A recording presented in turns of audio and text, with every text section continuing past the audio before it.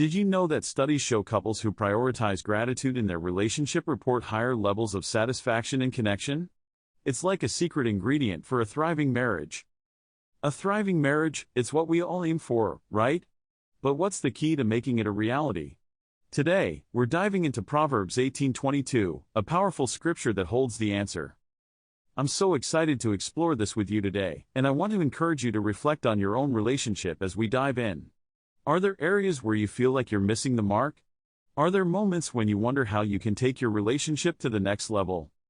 For me, Proverbs 18:22 is more than just a Bible verse, it's a game changer. It says, "He who finds a wife finds what is good and receives favor from the Lord." At its core, this verse is all about the idea that our spouse is a gift from God, and when we approach our relationship with that mindset, everything shifts. I remember when I first started applying this to my own marriage, it was like a weight had been lifted off our shoulders. We started to see each other as a blessing, rather than a burden. When we begin to view our spouse as a gift, we start to appreciate the little things. We start to celebrate their strengths and support them in their weaknesses.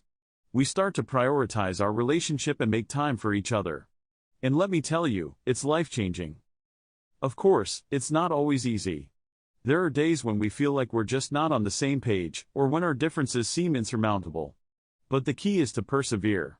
To keep showing up, even when it's hard.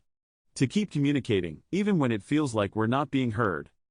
So what are some common challenges couples face when trying to apply this wisdom?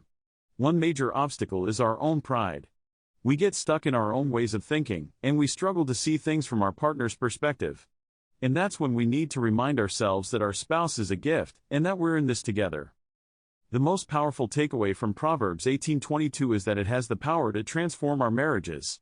When we approach our relationship with gratitude and humility, we open ourselves up to a deeper level of connection and intimacy.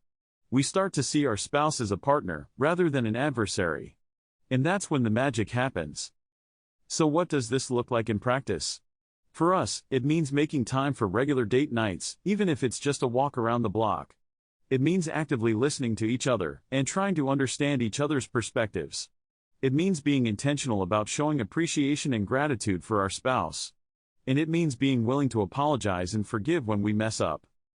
The key to a thriving marriage is right here in Proverbs 18:22. It's about recognizing that our spouse is a gift, and treating them as such. It's about approaching our relationship with humility, gratitude, and perseverance. And it's about trusting that when we do, God will bless our marriage and bring us closer together. So as we wrap up today, I want to leave you with a challenge. Take some time to reflect on your own relationship, and ask yourself how you can apply Proverbs 18:22 in your daily life. How can you show your spouse that you appreciate them? How can you prioritize your relationship and make time for each other?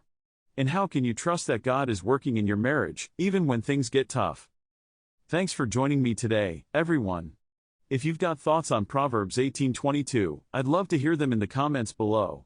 And if you're looking for more relationship tips and advice, be sure to check out my next video, where we'll be talking about communication in marriage.